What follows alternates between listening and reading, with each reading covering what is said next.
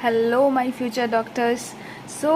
Today I'm going to discuss कि अब 2025 के लिए क्या प्रॉपर स्ट्रैटेजी रहनी चाहिए। अगर आपका 2024 गलत हो गया है, आप जितना एक्सपेक्ट कर रहे थे उतना नहीं आया, आपने ड्रॉप लिया है, या जो फ्रेशर है उन बच्चों के लिए ये वीडियो है।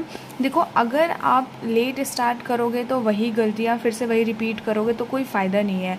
अभी स्टार्ट करना है तो फ्रेश स्टार्ट लो एक नई स्ट्रैटेजी के साथ में, तो उसके लिए मैं आपको हेल्प करूँगी। So let's dive straight into the topic. यहाँ पे मैंने लिखे हुए हैं नंबर ऑफ़ क्वेश्चंस। 2024 में कितने क्वेश्चन आए थे एक चैप्टर से, 2023 में कितने, 22 में और 21 में।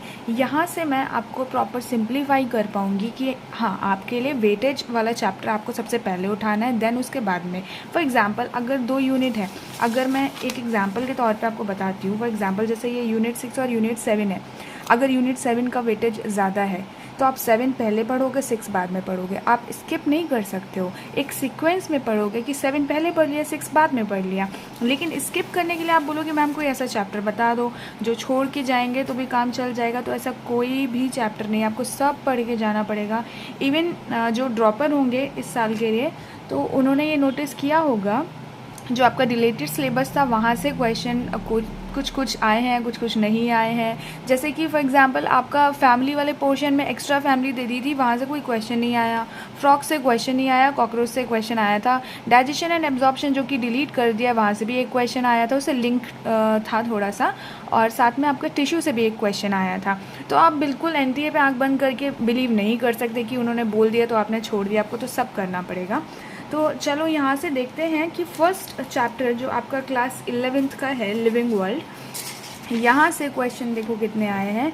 2024 में मतलब इस बार कुछ भी नहीं आया, 23 में भी नहीं आया, 22 में एक क्वेश्चन, 21 में भी एक क्वेश्चन आया है। तो यहाँ से अगर मैं देखूँ तो देखो 2024 में इस यूनिट से, यूनिट 1 से 8 क्वेश्चन, देन ये 7 हो गए, 8 हो गए और 9, इतने टोटल क्वेश्चन आए हैं। तो क्या हम ये मान सकते हैं कि यूनिट 1 के लिए 7 से 8 क्वेश्चन लगभग आ रहे हैं?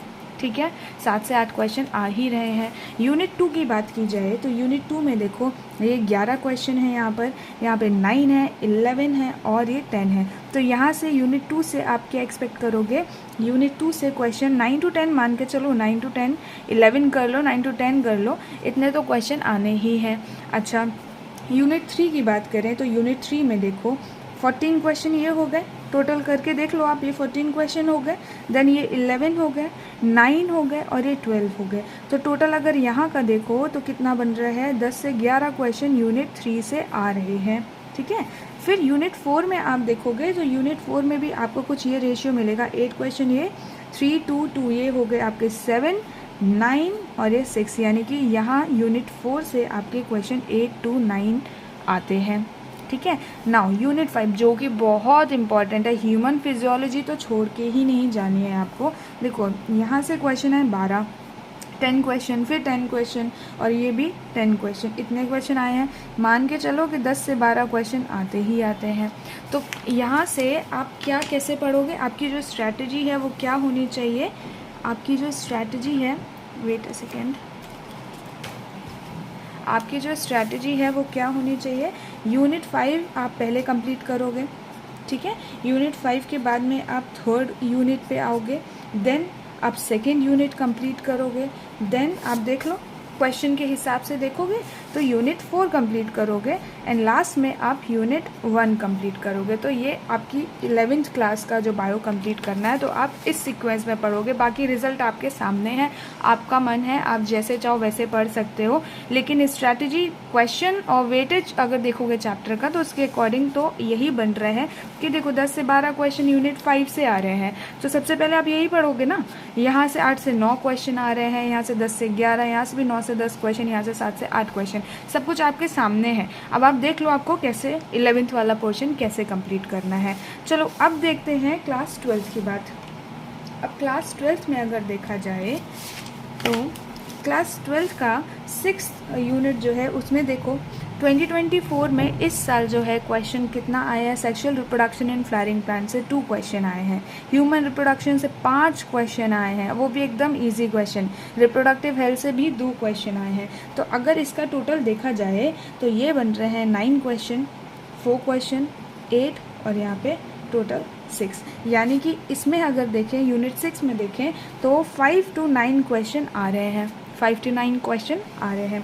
देन यूनिट 7 की बात करें तो देखो प्रिंसिपल ऑफ इनहेरिटेंस से बेटा 5 सवाल आए हैं और मॉलिक्यूलर बेसिस ऑफ इनहेरिटेंस से तो 6 क्वेश्चन आए हैं।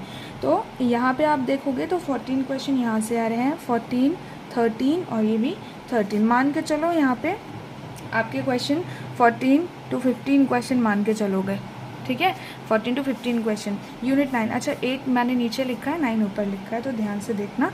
यूनिट 9 में अगर आप देखो तो कितना बन रहा है, ये बन रहे हैं 10 क्वेश्चन, देन आपके 7, 12, मान के चलो यूनिट 9 में आपके 7 से 12 क्वेश्चन आने हैं, 7 to 12 क्वेश्चन। यूनिट 8 में अगर देखा जाए तो 5 क्वेश्चन ये, 4 क्वेश्चन एंड 6 क्वेश्चन, यानी कि 4 to 6 क्वेश्चन यूनिट 8 लेके बैठा हुआ है।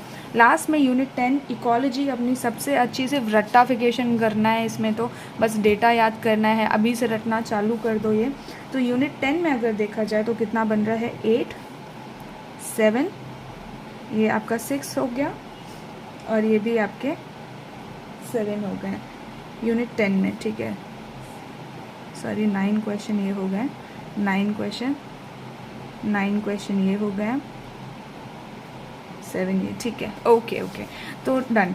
यहाँ पे आपके यूनिट 10 में क्वेश्चन देखा जाए तो आप मान के चलोगे 6 to 8 क्वेश्चन आ रहे हैं। तो इधर पे आपका क्या सीक्वेंस होना चाहिए, यानी कि ये आपका क्लास 12th, ठीक है, क्लास 12th में आपको कैसे करना है कंप्लीट। सबसे पहले कौन सा यूनिट पढ़ोगे, देखो 5 to 9, 14 to 15 question, 7 to 12 question, 4 to 6 और 6 to 8। तो सबसे पहले आप कहाँ से शुरुआत करोगे, ऑब्वियसली जेनेटिक्स उठाओगे सबसे पहले।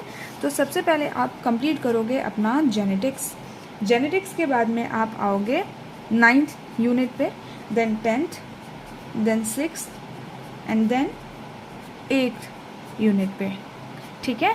तो ये आपकी प्रॉपर स्ट्रैटेजी होनी चाहिए। मैंने तो आपको देखो आपके सामने सब प्रूव करके दिखाया है कहाँ से कितना क्वेश्चन बन रहा है, उसके अकॉर्डिंग आप कंप्लीट करोगे। ये रहा आपका यूनिट, ये क्लास 11th के लिए और ये आपका क्लास 12th के लिए। बेटा इसी सीक्वेंस में आपको याद करना पड़ेगा। अभी से स्टार्ट करोगे तो ज़्यादा बेटर है, लेट स्टार्ट करोगे वही गलतियाँ मैं बोल रही हूँ, आप फिर वही चीज़ें मिस्टेक वही सेम रिपीट करोगे, वो नहीं होना चाहिए। और डोंट गिव अप, बिकॉज बेटा क्या है ना, you don't know what future holds. तो अभी देखो आगे क्या होना है क्या नहीं, ऐसे गिव अप नहीं करना है, होपलेस नहीं होना। जो ड्रॉपर सुन रहे हैं उनके लिए भी है, जो फ्रेशर हैं उनको तो मेहनत करनी ही करनी है। तो ये आपके लिए प्रॉपर स्ट्रेटजी रहेगी। I hope you like the video. If you like this video please hit the bell icon and subscribe to my channel. Okay bye.